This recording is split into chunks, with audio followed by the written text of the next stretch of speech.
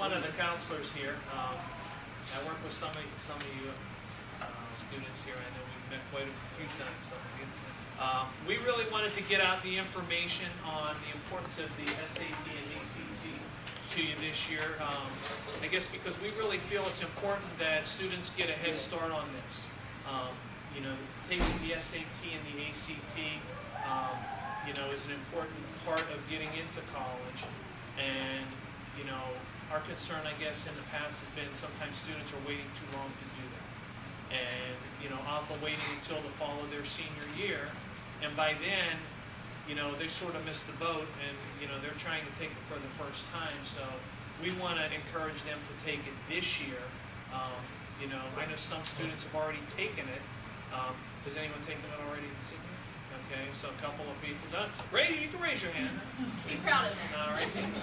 But some people have taken it this year. We really have made a push, I guess, the last, you know, month or so. We were trying to encourage kids to take it in March of this year because, you know, that gives the students a chance to take it in March and get their scores back and then still have it, you know, say to themselves, do I want to take the test in May or June before the end of this year? So I've at least taken it twice before the end of my junior year, you know, and I guess the reasoning behind that is the first time it's offered in the fall isn't until the beginning of October. So if you wait till October to take it, or let's say you take it in May or June for the first time, you're not happy. You take it again in October, you know, and you're still not happy. Well, the University of Maryland deadline for applications is November 1st. So, you know, you're almost having to go with those two scores, where if you take it a little earlier, it gives you a chance to take it more often. Any questions? Just, you know, and I think part of it, I know some students, you know, parents and students are just wondering, you know, kids always say, you know, how to register for the SAT, and they shake their heads no. And, you know, it's simple as you know, just go into Google. I just use Google. I'm not real computer savvy, so I Google everything. You know, to me that's a verb. You know, so I'm going to Google SAT registration, and it'll, you know, comes up, and you just click register for the SAT, and you're going to see this page. It's collegeboard.com, and that is the company that does the SAT. It's also the same company that does the PSAT. So, you know, I know some students might have already created an account when they got their PSAT results, so you might already have an account with College Board. But when you get to this page, it's going to give you the dates and the deadlines for when you can register. And you're going to just click on register. It's real self-explanatory. If you have an account, you're going to sign in. For a lot of kids, you know, they're going to have to sign up, and they don't have an account. And that's going to take you to this page here. And from there, you're going to put in a lot of your basic information: name, address, birth date, a valid email, you know, information about your parents. And from there, you know, you'll get a password. And it's real important to, you know, have a valid email, to remember your password, because I can't tell you how many kids, it's the day before the test, they can't register and they don't know why. And it's because they've created more than one account and they can't remember any of the passwords. And we can't do anything about it. Okay, it's their company, they deal with it, they're very particular about, you know, kids signing up. So you have to call them and personally have them fix that. So, you know, again, be very careful. How many students in here have a College Board account? Okay. How many students don't know their password? I know you don't want to raise your hand for this. So, but that's an issue. So please make sure, you know, that you get on it. Don't wait till the day before, because that could become an issue. But from here, once you get, you know, create your account, that will prompt you to a page where you actually sign up for the test. You'll choose a location, you'll choose a test date, and at the very end, you pay. You know, and that's what, you know, I guess that's the tough part. And the cost, you know, on this handout, it breaks down here and sort of compares the two tests. But at the bottom, it tells you the cost of both tests, and the SAT is $51 for regular registration. And if you can register late, there's even a late deadline usually. The late fee is $78.50, so it's an extra $27. They'll even let you walk in the day of the test for an extra $45. But I don't know if you want to pay all that. So the best thing is to just register on time. You can see that ACT, you know, the cost with writing is pretty similar to the SAT. You can also take the ACT without writing. Both of the tests, and this is something to throw out there, both of the tests, if you have financial need and you come and talk to your guidance counselor, we have fee waivers. And you can actually get the fee for the test waived. We have a card that'll have like a little password on there that we sign, and you can use that and take the test for free. You can do that 2 times, okay? Only 2 times. So you need to be careful. I've had students come and sign up for the test and not take it because they said, oh, I couldn't get a ride. And they've done that a couple of times and they've wasted their fee waiver. So if you're going to use the fee waiver, make sure you use it. Like I said, the benefit to the fee waiver, I guess, 1, you don't have to pay. 2, if you use a fee waiver during the SAT, a lot of the colleges will then waive your application fee also.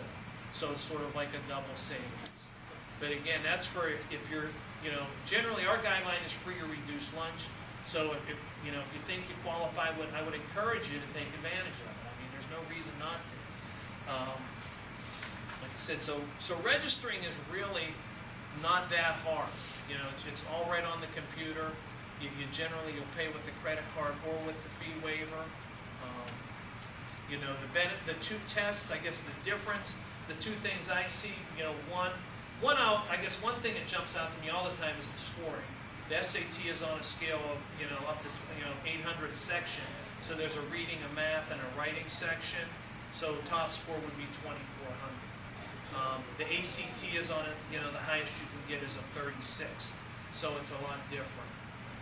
Someone had asked in the last group, does the writing section really matter on the ACT? And I think that probably depends on the colleges you're looking at. Some colleges, and if you've looked, I don't know how many, you know, students and parents have started to look at colleges already and looked at, you know, sort of the entrance requirements. And they'll give you, if you just, you know, again, Google freshman profile for any college, and they're going to tell you what sort of the mid-range SAT score is, the mid-range grade average is, you know, and that kind of information that they require to get in. You know, they'll tell you what their SAT score is. And if the SAT score they're looking at, and it's say it's a, you know, pretty decent school, and the SAT score is 1,300. That means they're probably only looking at the reading and the math. They're not looking at the writing at all. Okay? Now, if their score is like 1,800 or 1,900, they're probably looking at all 3 parts. So that's just something to keep in mind. And the colleges are very, you know, happy to talk to you.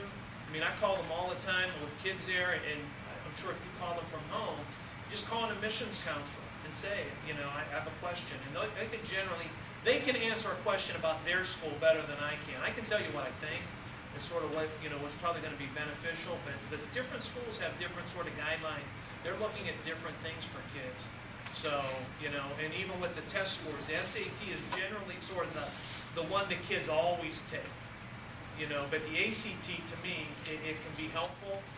I guess, 1, it gives them another score. I know my own son took the SAT, and I think he scored about 1,450 the first time, about 1,500 the second time.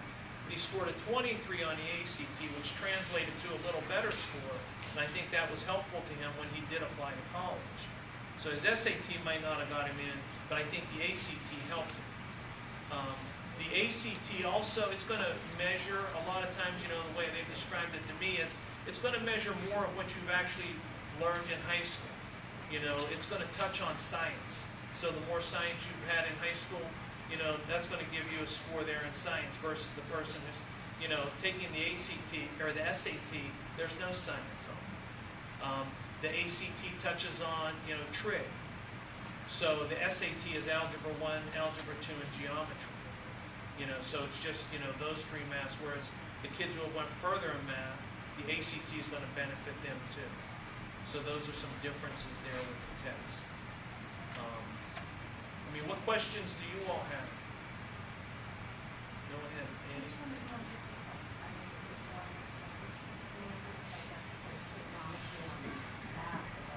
there would be more advanced questions.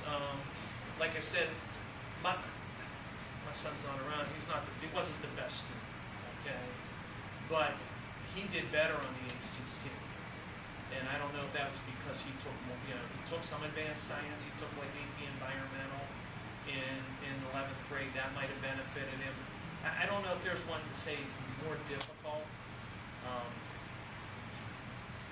I think it's going to depend on the student, what their strengths and weaknesses are. That's why I think it's probably not a bad idea to have them take both. Because for the student over here, one kid might do better on this test, but another kid might do better on the other one. So if this guy only takes SAT, but his strength would be the ACT, he's going to miss out. So to have him take both would not be, would be a good idea. Do most colleges accept the ACT scores? I haven't heard any of it. I know the SAT is generally the more accepted one, but from the more I see, the more kids are taking it, the more every year kids taking the ACT. I would always have them take the SAT. I guess I would say that. But I would have them take the ACT too, but always the SAT, because if you look at the freshman profile, it's probably always going to have an SAT score. It might not always have an SAT score. I know too, the ACT, I know at one point was more used sort of in the western part of the country. And I think the SAT is more than on the eastern side. So that's what we hear. But I mean, like I said, I would have them take both. I know too, kids generally go up from the first to the second time. So that's why I always encourage them to take it more than once. I couldn't believe it. My son had taken it once. And it was like, and he had just taken the ACT, and it was like September, and I said, "We're going to take the SAT again?" I don't know. I said, "You're crazy if you don't, because you're going to go up a couple 100, 150 points probably." So, but it's not like you're going to keep going up and up and up and up. So, I see some kids that will take it 5, 6 times, and they just sort of are all over the place after the first couple. So. Any other questions? Yes. Both. And but you have to, I guess here's a couple of key points here. One is when you register for the SAT, you can send 3 or 4 scores to colleges for free, but you have to sign up for the schools when you register. Okay, so when you go on and do the registration, it'll give you the option of, do you want to send your scores? Always indicate you want to get a copy to the high school, because that way we have it in your file if we ever need to send. When we send kids transcripts out, now here's a good thing, and this is just a new thing this year, is whenever we run a student's transcript, that the SAT score somehow from College Board pulls into our computer system, so their highest SAT scores always show up on their transcript. That's a new thing within the past year or so.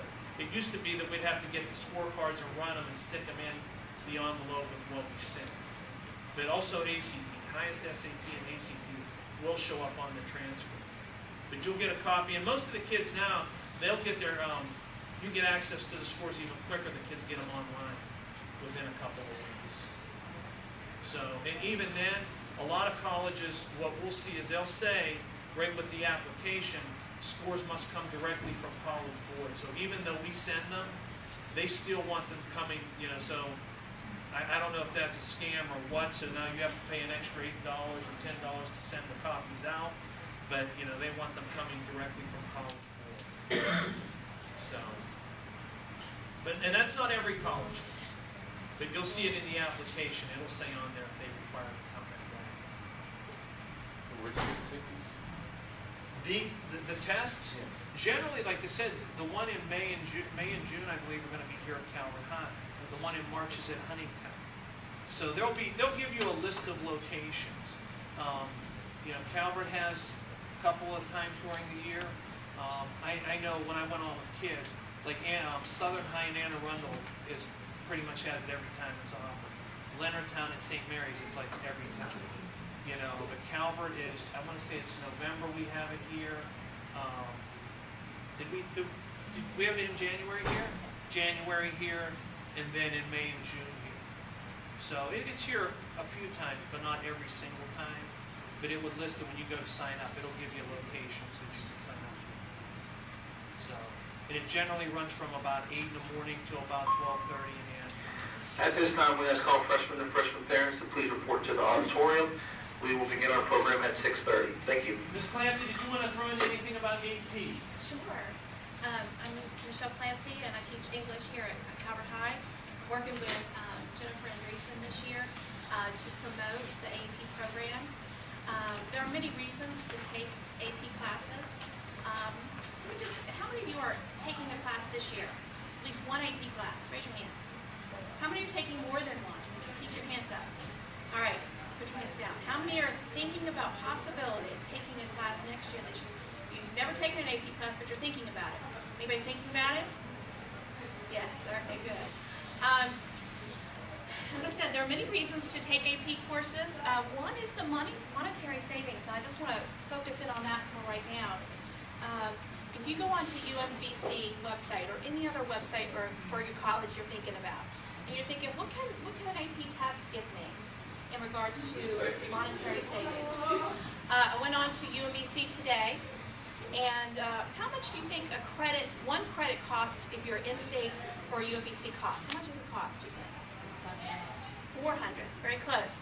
So a class is usually 3 credits. So for each class you take, it's $1,200, okay? So let's say, how many are taking 3 AP courses this year? Taking 3 courses. How many are thinking about taking at least 2 next year? Okay, so I made up a schedule of 6 students, a student taking 6 classes, maybe 3 junior year, maybe even 1 in 9th grade, take 1 in 10th grade. There are kids who leave here with 10 or 11 AP courses, but let's say over the course of your high school career, you take 6 AP classes. Let's say AP chemistry. If you get a 4 or 5 on the test, you don't have to take Chemistry 101 when you go to college. So that's a savings of $1,200 right there. If you're taking AP World History, let's say, and actually the AP test is on a 5-point scale, 1 and 2 not passing, 3, 4, and 5. Colleges accept, depending on what they're asking, they'll take a 3, 4, and 5 for credit. So AP Chemistry, you have to get a 4 or 5.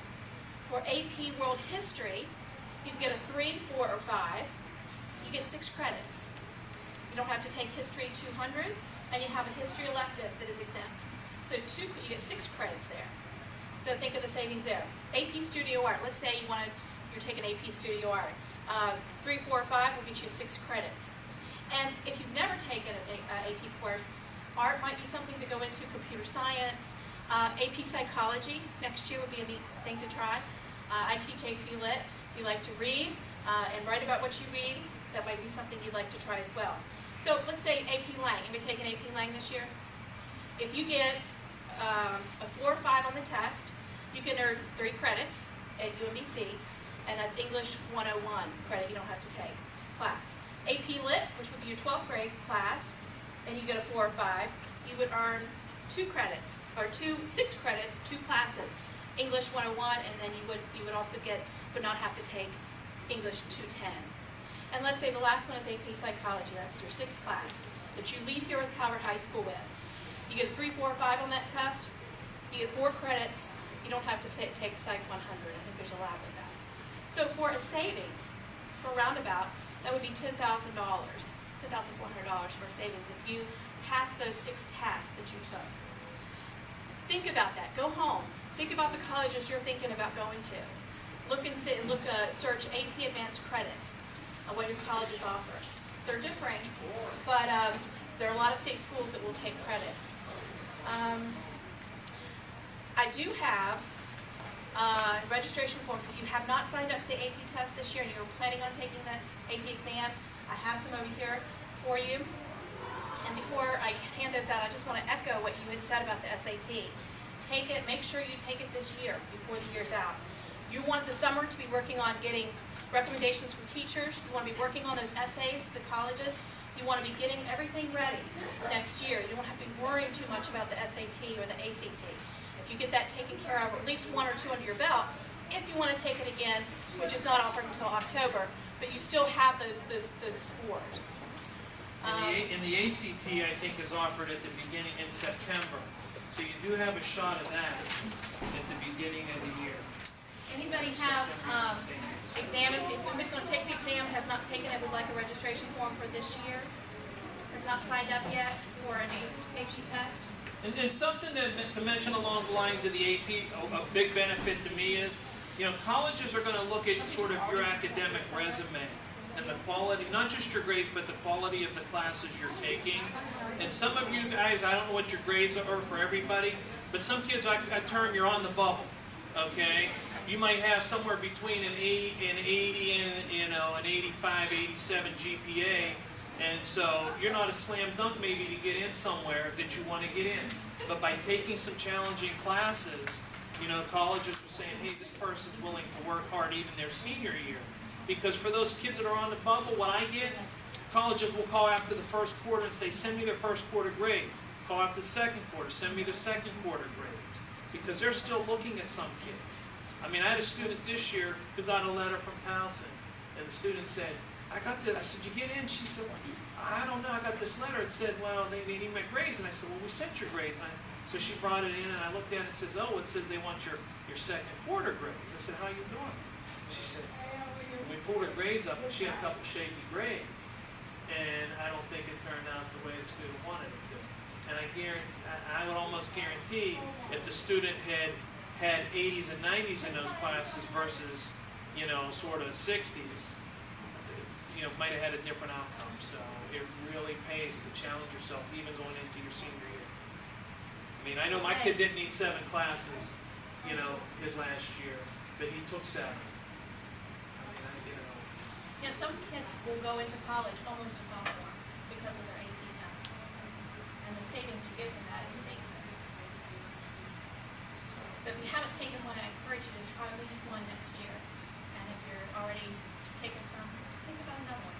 What you can handle, don't go too far. There's different offerings there that might be of interest to you. I know AP Psych is, if you've never taken one, is a good intro one. So, Absolutely. I think it also increases your chances of being successful while you're in college because you develop, study habits that are more conducive to success in college. And you're going to be exposed to, when you go to take the SAT, you're going to be exposed to a lot more advanced vocabulary in high school that you're going to see on the SAT versus the student who hasn't taken the AP classes here, the more advanced classes in high school. So it will pay off. So. Right? So, all right, I think we're good. If anyone has any questions, we'll be here or could give us a call.